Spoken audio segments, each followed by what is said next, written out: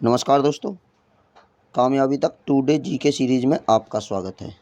हम बात कर लेते हैं कल पूछा गया अभ्यास का प्रश्न के बारे में। भारत में निम्नलिखित में से किस भाग में पहली मानसूनी वर्षा प्राप्त होती है?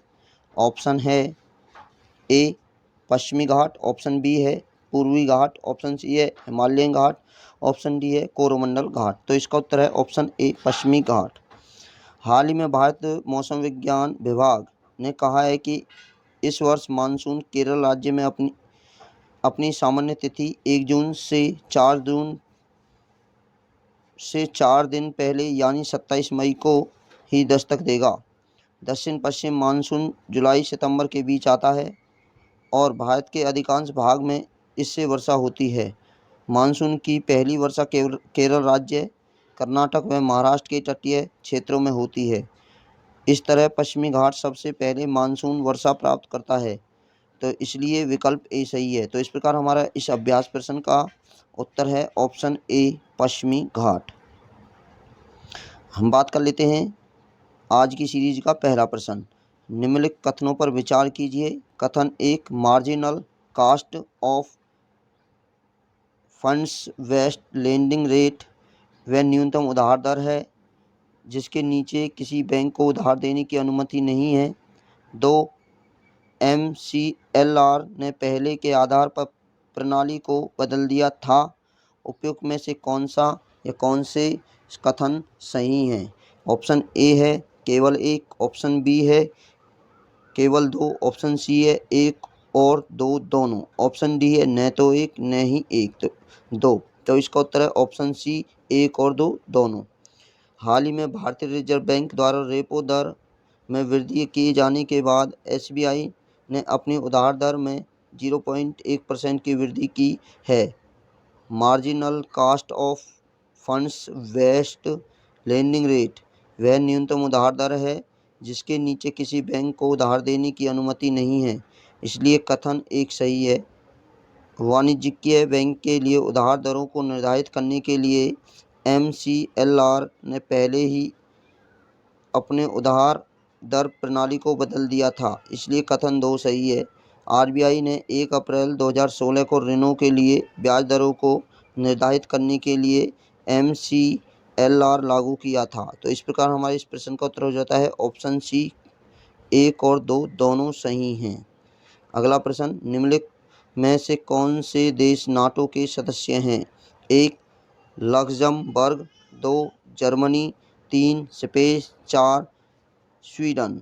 दिए गए कूट का प्रयोग कर सही उत्तर चुनिए। ए केवल 1, 2 और 3, बी केवल 1, 3 और 4, सी केवल 2 और 4, डी 1, 2, 3 और 4। तो इसका उत्तर है केवल ऑप्शन ए केवल 1, 2 और 3। हाल ही में फिनलैंड की सरकार ने कहा है कि नाटो की फिनलैंड सरकार ने कहा है कि नाटो की सदस्यता प्राप्त करने के करीब है। उत्तर अटलांटिक संधि यानी नाटो अप्रैल 1949 को उत्तरी अटलांटिक संधि द्वारा स्थापित एक सैन्य गठबंधन है। इसके मूल रूप से सदस्य Belgium, Canada, Denmark, France, Iceland, Italy, Luxembourg, Netherland, Norway, पुर्तगाल, यूनाइटेड किंगडम और संयुक्त राज्य अमेरिका थे। मूल हस्ताक्षरकर्ताओं में ग्रीस, तुर्की, जर्मनी, स्पेन, चेक गणराज्य, Hungary, Poland, Bulgaria, Estonia, Latvia, Lithuania, Romania, Slovakia, Slovenia, Albania, Croatia, Montenegro और उत्तरी मैसेडोनिया शामिल थे, इसलिए कथन एक सही है। तो इस प्रकार हमारे इस प्रश्न का उत्तर हो जाता है ऑप्शन एक, 1, 2 और 3 लक्ज़मबर्ग, जर्मनी, स्पेन ये सभी नाटो के सदस्य हैं। अगला प्रश्न, हेपेटाइटिस शब्द किस अंग के सूजन को संदर्भित करता है? ऑप्शन ए हृदय, ऑप्शन बी यकृत, ऑप्शन सी पेट, ऑप्शन डी छोटी आंत। तो इसका उत्तर है ऑप्शन बी यकृत या लीवर। हाल ही में मध्य प्रदेश में हुए एक अध्ययन में कोविड-19 से प्रभावित बच्चों में हेपेटाइटिस पाया गया हेपेटाइटिस शब्द यकृत लीवर की किसी भी सूजन को संदर्भित करता है, इसलिए कथन या विकल्प बी सही है। हेपेटाइटिस अक्सर एक वायरस के कारण होता है। वायरस हेपेटाइटिस के सबसे आम प्रकार हेपेटाइटिस ए, हेपेटाइटिस बी और हेपेटाइटिस सी है। तो इस प्रकार हमारे इस प्रश्न का उत्तर हो जाता है ऑप्शन बी, यकृत यानी लीवर। अगला प्रश्न, नीम लेपित यूरिया किस फसल की उपज वृद्धि में योगदान देता है? 1 चावल, 2 गन्ना, 3 मक्का। दिए गए कूट का प्रयोग कर सही उत्तर चुनिए। ऑप्शन ए केवल 1 और 2, ऑप्शन बी केवल 2 और 3, ऑप्शन सी केवल 1 और 3, ऑप्शन डी 1, 2, 3। तो इसका उत्तर है ऑप्शन डी 1, 2, 3। भारत अपनी उर्वरक आपूर्ति की आवश्यकता को पूरा करने की चुनौती का सामना कर रहा है। यूक्रेन पर रूस के आक्रमण के चलते खरीफ की बुवाई से पहले उर्वरक आपूर्ति बाधित हो गई। यूरिया की खपत कम करने के लिए सरकार ने कई कदम उठाए। सरकार ने गैर कृषि उद्योगों के लिए यूरिया के अवैध डायवर्जन को कम करने के लिए नीम लेपित यूरिया की शुरुआत की है। नीम लेपित यूरिया चावल, गन्ना, मक्का, सोयाबीन, अरहर, चने की उपज वृद्धि में योगदान देता है, इसलिए विकल्प डी सही है। तो इस प्रकार हमारे इस प्रश्न का उत्तर हो जाता है नीम लेपित यूरिया के लिए चावल, गन्ना और मक्का, ऑप्शन डी 1, 2 और 3। अगला प्रश्न, माउंट कंचनजंगा निम्नलिखित में से किस राज्य में स्थित है? Option A Himachal Pradesh, option B Sikkim, option C Uttarakhand, option D Arunachal Pradesh. तो इसका उत्तर है ऑप्शन बी सिक्किम। आज यानी 16 मई को सिक्किम का स्थापना दिवस है। 16 मई 1975 को भारत का 22वां राज्य बना था 35वें संविधान संशोधन के तहत। सिक्किम देश के पूर्वोत्तर भाग में पूर्वी हिमालय में स्थित है और यह भारत के सबसे छोटे राज्यों में से एक है। नामग्याल राजवंश ने 1975 तक सिक्किम पर शासन किया था। दुनिया की तीसरी सबसे ऊंची चोटी कंचनजंगा सिक्किम में स्थित है, इसलिए विकल्प बी सही है। तो हमारे प्रश्न का उत्तर हो जाता है माउंटेन कंचनजंगा सिक्किम राज्य में है, ऑप्शन बी। अगला प्रश्न, निम्नलिखित कथनों पर विचार कीजिए। कथन 1, मिर्गी एक केंद्रीय तंत्रिका तंत्र न्यूरोलॉजिकल प्रकार है। कथन 2, मिर्गी केवल पुरुष वयस्क आबादी को प्रभावित करता है। उपयुक्त कथनों में से कौन सा या से सही है या हैं? ऑप्शन ए केवल 1, ऑप्शन बी केवल 2, ऑप्शन सी 1 और 2 दोनों, ऑप्शन डी न तो 1 नहीं 2। तो इसका उत्तर है ऑप्शन ए केवल 1। मिर्गी एक केंद्रीय तंत्रिका न्यूरोलॉजिकल विकार है, इसलिए कथन 1 सही है।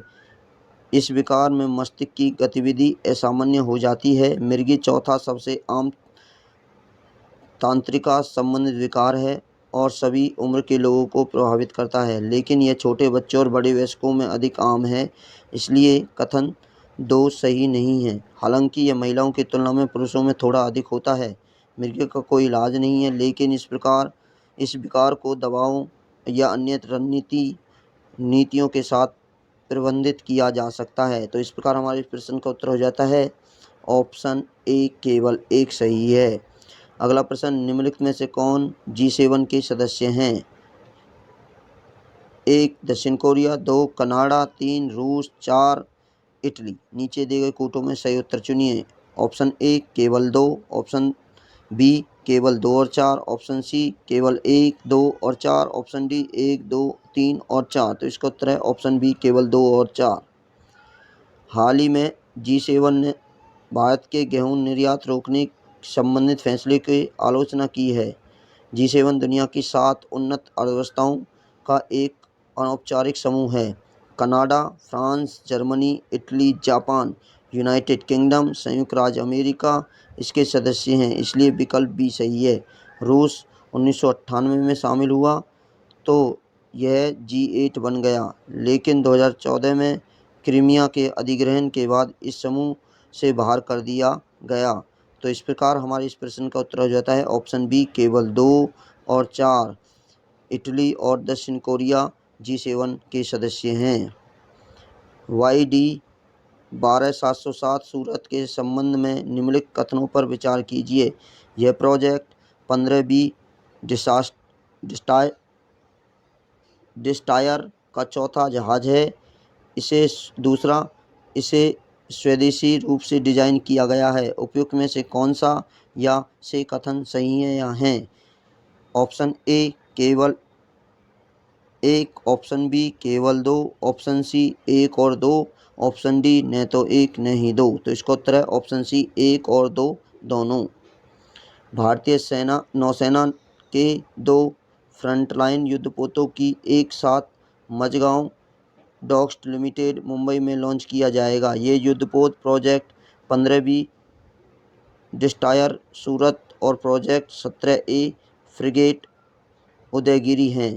प्रोजेक्ट 15B श्रेणी के जहाज भारतीय नौसेना की अगली पीढ़ी के स्टील्थ गाइडेड मिसाइल शक हैं, जिन्हें मझगांव डॉक्स लिमिटेड मुंबई में बनाया जा रहा है। सूरत परियोजना 15B डिस्टायर का चौथा पोत है, इसलिए कथन 1 सही है। इस श्रेणी के पहले जहाज को 2021 में कमीशन किया गया था। नौसेना डिजाइन निर्देशालय द्वारा 15B और 17A दोनों जहाज़ों को इन हाउस डिजाइन किया गया है, इसलिए कथन 2 सही है। तो इस प्रकार हमारे इस प्रश्न का उत्तर हो जाता है ऑप्शन सी 1 और 2 दोनों सही हैं। अगला प्रश्न, प्रधानमंत्री आवास योजना शहरी के संबंध में निम्नलिखित कथनों में पर विचार कीजिए। 1, इसे आवास और शहरी मामलों के मंत्रालय द्वारा चलाया जाता है। 2, इसका उद्देश्य 2025 तक सभी पात्र लाभार्थियों को पक्के मकान उपलब्ध कराना है। उपयुक्त में से कौन सा ये से कथन सही है? तो इसका उत्तर है ऑप्शन ए केवल 1। प्रधानमंत्री आवास योजना शहरी भारत सरकार का एक मुख्य मिशन है, जिसे आवास और शहरी मंत्रालयों के द्वारा चलाया जाता है, इसलिए कथन 1 सही है। 2022 में सभी पात्र लाभार्थियों को पक्के मकान उपलब्ध कराने के लिए इसे 25 जून 2015 को शुरू किया गया था, इसलिए कथन 2 सही नहीं है। राज्यों के लिए यह सुनिश्चित करना अनिवार्य है कि योजना के तहत बनाए गए घरों को भवन HFA सभी के लिए आवास के जियो टैग किया गया हो। तो इसलिए इस प्रकार हमारे इस प्रश्न का उत्तर हो जाता है ऑप्शन ए। निम्नलिखित में से किस देश के साथ त्रिपुरा अपनी सीमा साझा करता है? 1, म्यांमार, 2, बांग्लादेश, 3, चीन, 4, भूटान। दिए गए कोटों में सही उत्तर चुनिए। ऑप्शन ए केवल 1, ऑप्शन बी केवल 2, ऑप्शन सी केवल 1 और 2, ऑप्शन डी 1, 2 और 3, 1, 2, 3 और 4। तो इसका उत्तर है ऑप्शन बी केवल 2। हाल ही में मनीष शाह को त्रिपुरा के मुख्यमंत्री के रूप में नियुक्त किया गया है। त्रिपुरा भारतीय उपमहाद्वीप के उत्तर पूर्व भाग में स्थित एक राज्य है। यह भारत के सबसे छोटे राज्यों में से एक है। इसकी सीमा उत्तर, पश्चिम, दक्षिण से बांग्लादेश, पूर्व से मिजोरम राज्य, उत्तर पूर्व से असम राज्य से लगती है, इसलिए विकल्प भी सही है।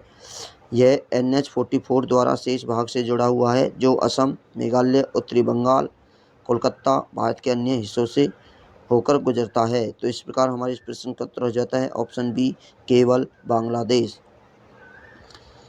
आज का अभ्यास प्रश्न, निम्नलिखित में से कौन सा इंडोनेशिया का सबसे पश्चिमी द्वीप है?